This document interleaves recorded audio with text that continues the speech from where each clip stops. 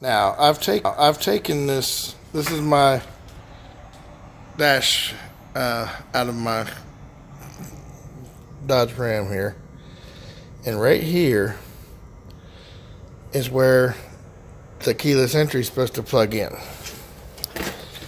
But if you look, there's no pins for it to plug into. So essentially, if I want keyless entry, I have to have a whole other dash that has the pins in it already, so that I can actually plug the module in right here where it belongs and get in and out of my truck without having to use the key. Is that not ridiculous? I've got the plug that plugs in there. Both the plugs that plug in there, they work beautifully. The one that I need, and why Dodge does this, I don't know. They're the only people I know that purposely don't put stuff in here and still charge you an outlandish price for the truck. Chevy, it's there. You pay for it or you don't. But yeah, that's kind of disappointing.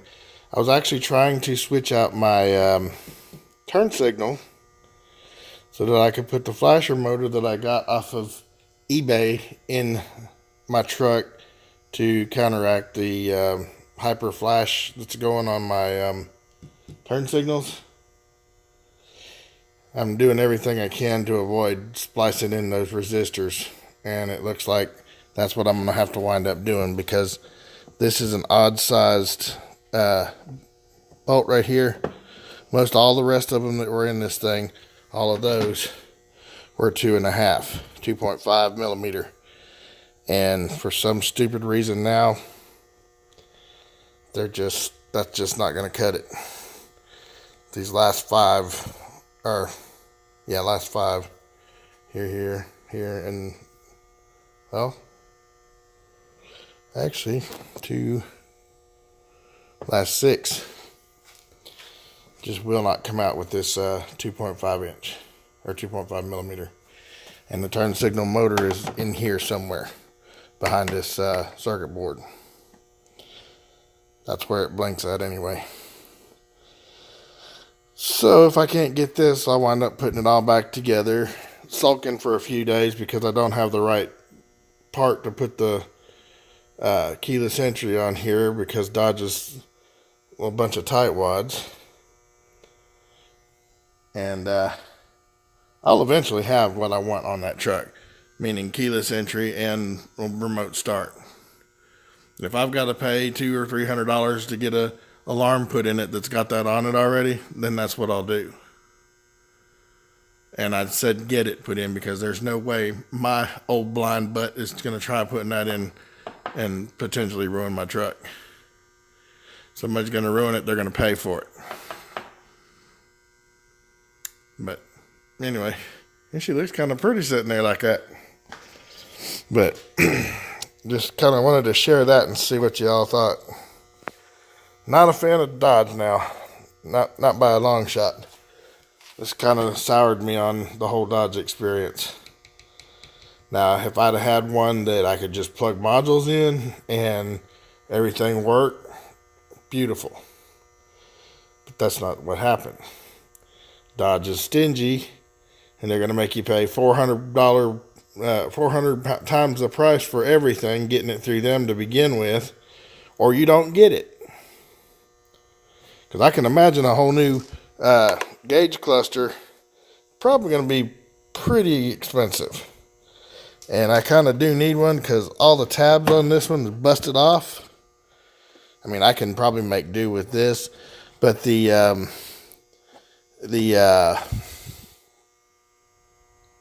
doggone it, the RPM gauge doesn't work either. Oh, okay. Well, at least I got part of it apart. But the RPM gauge right here, where it's sitting right now, is where it sits when it's running. That, or it'll come back around like so and just sit there. I haven't figured that one out.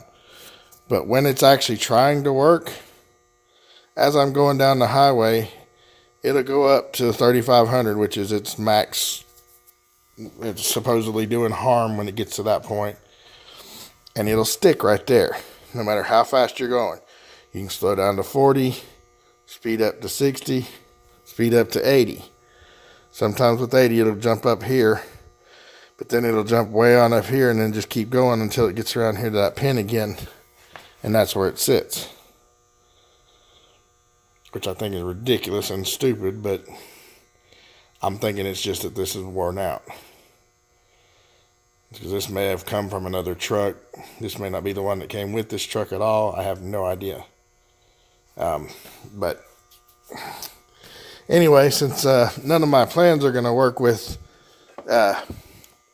just popping that piece in there and having keyless entry all of a sudden, and none of my lights are actually out, so I don't really need to have this apart anymore. So what I'm going to do is very carefully put this thing back together and throw it in the truck. So it looks like I'm going to have to put those resistors in line, which I really did not want to do. But the good thing is I only have to put them on the two back turn signals, because the front ones are not LED. They're just regular lights, including the fog lights, because I still have not replaced those with the halos that I've got. I'm not going to either.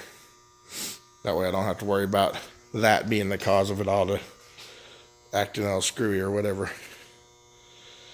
But that's the long and short of it. Oh, that is one thing. Another thing I'm wanting to do. These cab lights. Not a fan of them being orange. So I'm going to swap them out with some LED. Probably some smoked ones. Since the taillights are kind of smoked, it'll kind of go along with that whole smoky theme. But I'm going to swap them out. I need to get oh, those are cheap aftermarkets anyway. I thought those were the factory cab lights. They're not. They're the cheap aftermarkets that you find all over eBay for $20 and $30. And there's my LED wand light that's doing very, very good. Super thin, ultra bright. But yeah, I've got her all apart. Didn't take too long either. So now I'm gonna do the little speed reassembly. Have no clue what time it even is, because what I'm using for my video is what's usually my watch. That would be my cell phone. Well, I guess I could put my key in here.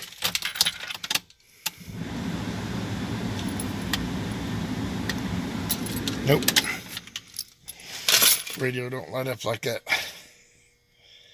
You got all the plugs unplugged, nothing works right. So anyway, long and short of it, got a bunch of reassembling to do, a short time to do it, because I also want to get over here with my Escalades tonight and put the rear shocks on both the blue one and the white one. I'm thinking that's the reason that the white one is actually throwing the codes for the traction control, because it's trying to pump up the shocks, and it's just blowing the air right out the seals on the shock itself. Yeah, see, I hooked the old light right there up to the frame, middle frame right there. It worked just fine. Holds it perfect. Anyway, get myself going here and get this all back together so I'm not over here all doggone night. And I'll show it to you when I've got her all buttoned back up again. Alright, so I told you wrong. Just as I was putting it back together, I figured out that the bolts that I was trying to take out with the 2.5 millimeter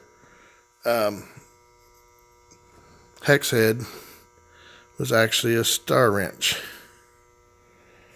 This is inside the console. There is the flasher motor. I'm almost 100% positive. Oh, and yeah, you want to be really careful when taking that face off because these things just fly everywhere. Here's my... Well, you can't see me touching it.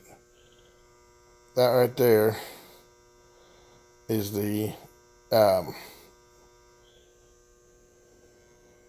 shoot, where am I? Okay. Yeah, that one right there is the dial for the RPM that doesn't work. I'm thinking it's computer related. That's the one for the speedometer that does. That's the one for the temperature.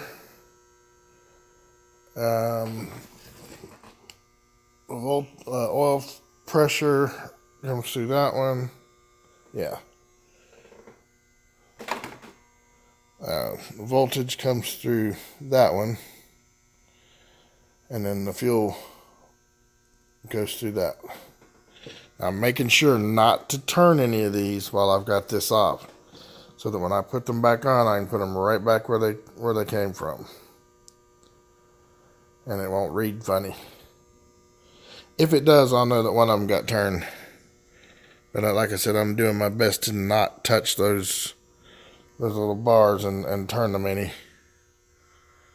That way I can just set the thing back together and not be too far out. But thinking this is what does the dinging when you leave your key in. And that's what does your turn signal. Unfortunately, there's nothing you can do to change that out unless you feel like going on a little soldering spree. But that also shows you that the soldering, or that the solenoid pattern for the flasher is wrong.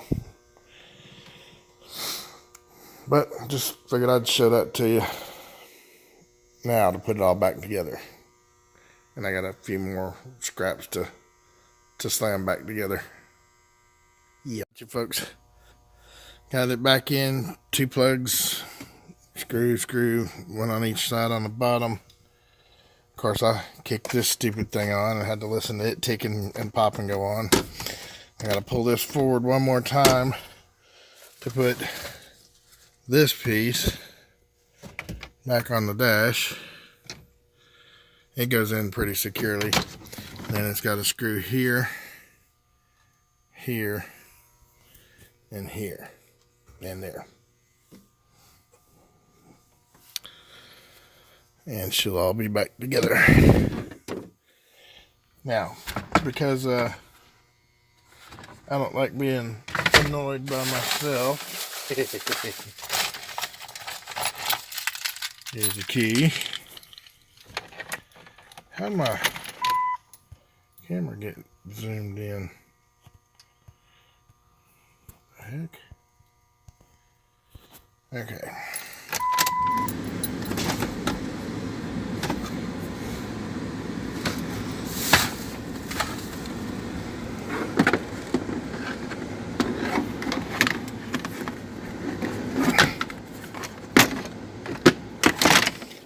This is dumping fuel the whole time this is going on too. Yeah, you gotta make sure all of those get popped back in, and they have. That's lined back up. That's not. There we go. Now they're flush. Oh shoot.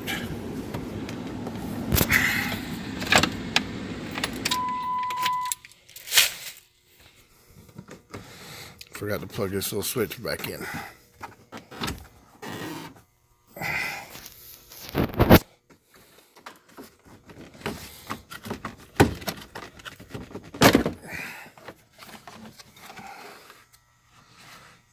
There it is.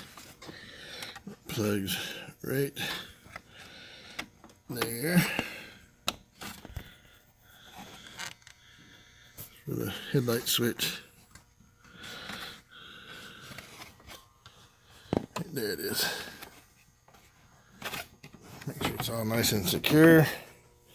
And another one's got to plug in down here for the feet, the adjustment of the brake pedal and gas pedal.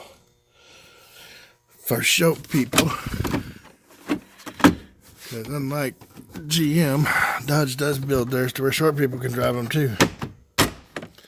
I just wish they'd build them to where you had all the features in them already like GM does,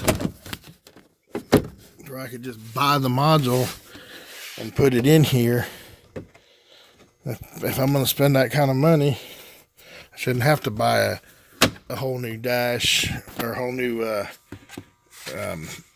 gauge cluster and everything else just to get something simple like keyless entry to work. And there should be an easier way to bypass the that transponder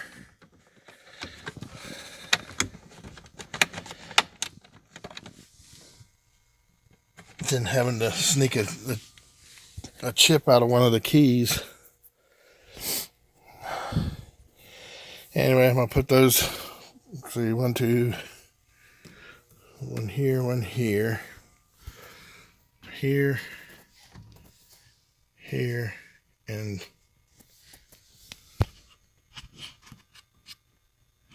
there. And that's it. And then put the knee pan back on, which, as rusty as that is, I really need to find a little can of spray paint or something. Of course, I can get back in there and do that at any time. Let me go ahead and put all these screws back in here. Get them started at least. Genius me, I don't have a drill in here, so. And all I was thinking about doing was coming here and trying to get this working. Get that motor swapped out, which you can't do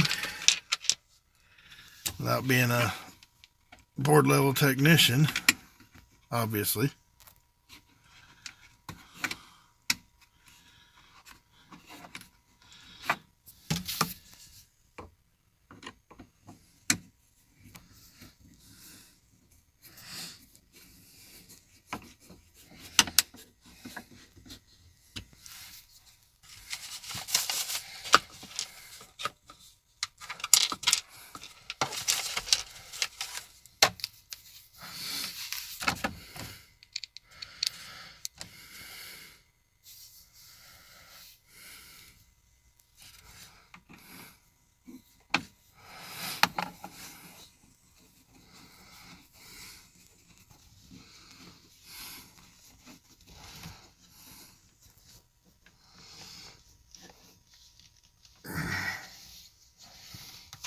Okay. These two over here.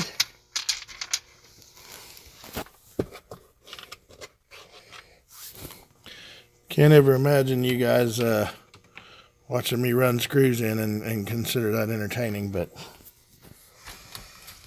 I've been told that, been called out on it before about not doing it, about just running the screws in and, oh, well, we missed all the work. Well, you didn't miss much. If watching me turn a screwdriver is missing the work, then wasn't much of a job to begin with, as far as I'm concerned. But you can watch it if you want. I mean, if not, y'all know to fast forward about 7 minutes and this will be done. Because I try not to waste any time doing this stuff. I love working on vehicles, but I hate taking my time doing most of it. I like to just get it and go. That's why my neighbor called me ham-fisted. Because I don't like taking my time. I like to just do it and be done with it.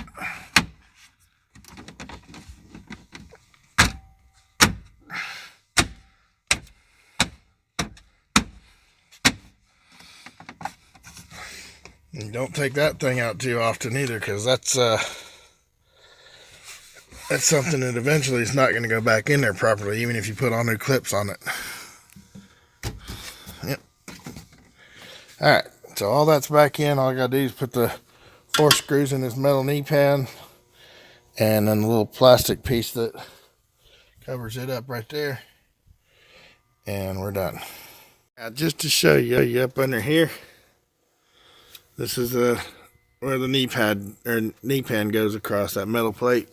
So I got to replace. Look at all that room for all the stuff they could put in here, and they just don't have anything. They've got it all crammed in places that don't make any doggone sense. Why? Did you have to have this for later for something, or what's the deal exactly here? I mean, come on, man. Inquiring minds want to know. This is ridiculous. Anyway.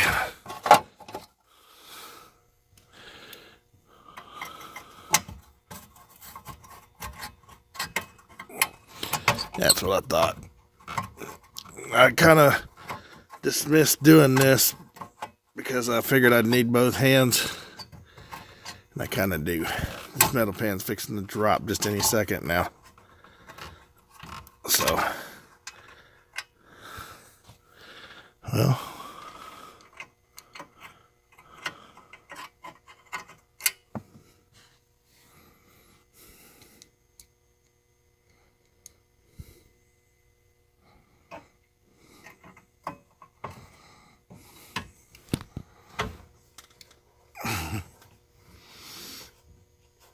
I didn't even have to put any hair around it. First time. Of course, it's in there cross-threaded, so I'm not tightening it. That's just something to hold it to where I can continue to screw this puppy in one-handed and hold the camera still.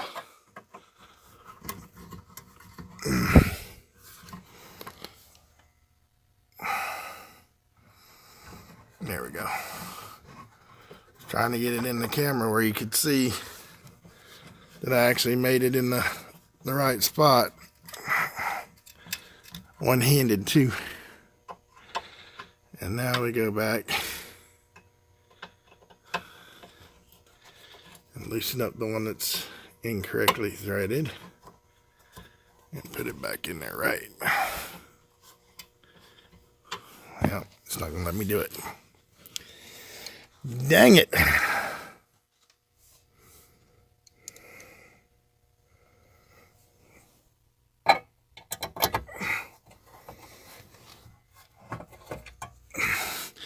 Maybe the folly of having to loosen things back up and tighten them back up again when they don't line up just right. Maybe that's the entertainment in watching me turn the screwdriver. I don't know. See, let's loosen this one up just enough to where it'll move. I'm not used to having to do this. Usually I can do it with a drill. And it just flips out and then flips right back in again.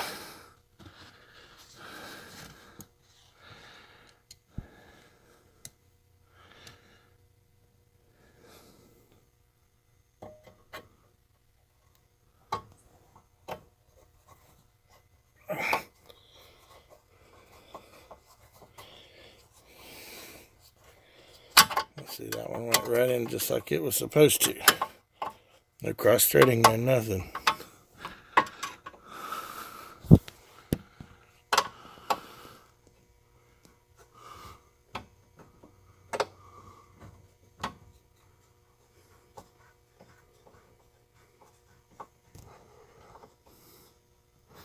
And this time that one went in like it was supposed to. No cross-threading, no nothing.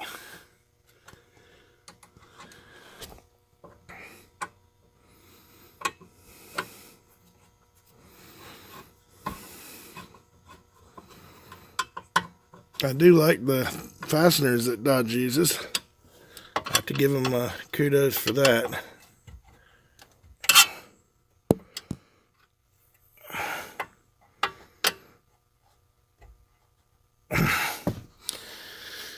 And I got 2 screws left, which end up going in the that plate that goes across the dash here.